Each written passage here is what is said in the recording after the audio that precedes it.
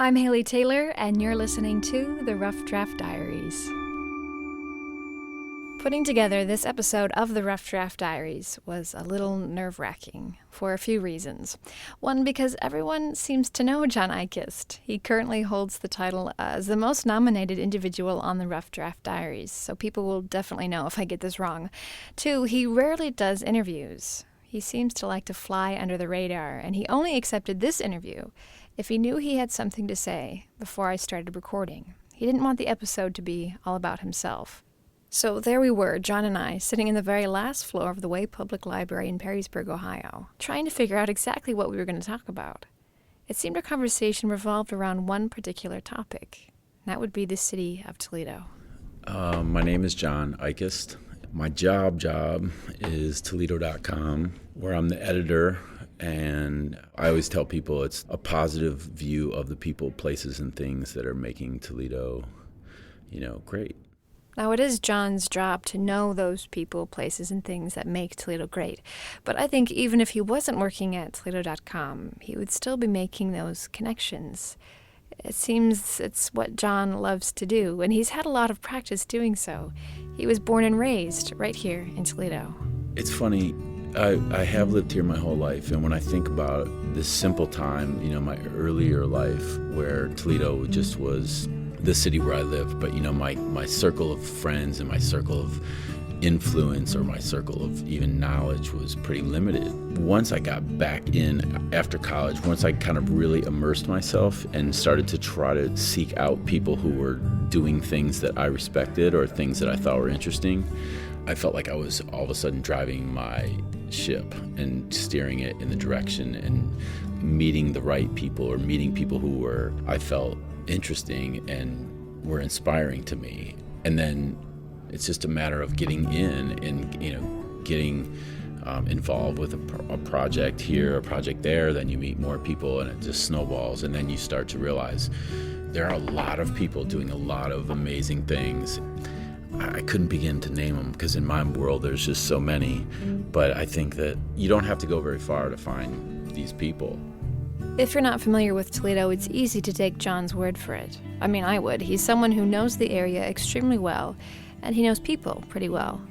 But in the limited time I've been doing the Rough Draft Diaries, I've noticed there's another voice in the conversation, people who don't see Toledo the same way John does. And those people are very protective of their own perspective. There was a blog post floating around social media recently of one man's opinion on the city of Toledo. He had grown up nearby and had returned to the city after some time away. In his article, he described his disappointments and his surprises in returning to Toledo, also comparing it with other Rust Belt cities. It was fascinating to see how people responded to it. Some attacking the writer, some defending him, some sharing their own views on where they think the city should go or shouldn't. It's clear there are a diverse set of voices in this discussion of who Toledo is and what it should be. And how does one decide what to do with all of those voices? Well, that's an interesting question, too. The important thing is to never feel like you're the one that has all the answers or you are viewing it right. There's always another frame of reference.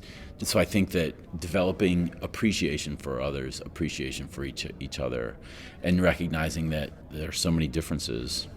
There's the pro and the con of a particular issue, and then I think there's always the people who are unheard.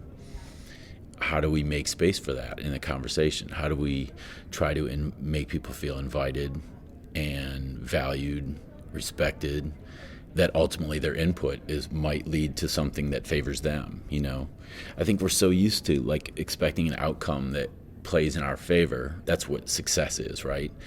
And so it's not like this sense of, we've compromised and we've made also strides, but I've won. I think we need to get away from that, at least Toledo in the circumstance of this question. We need to get away from that sense of winning versus compromising and feeling like we're, both sides or all sides are coming away with some kind of satisfaction that they were heard. John is fully aware that because he is the subject of this episode of the Rough Draft Diaries, his voice gets heard a lot. It's a position that could be uncomfortable for someone like John, who, again, likes to fly under the radar. I think about this kind of thing every day, this whole concept of balancing your self-worth and your own personal voice, your own personal opinion on these things. And I still sometimes feel like, am I worthy, or do I have valuable input?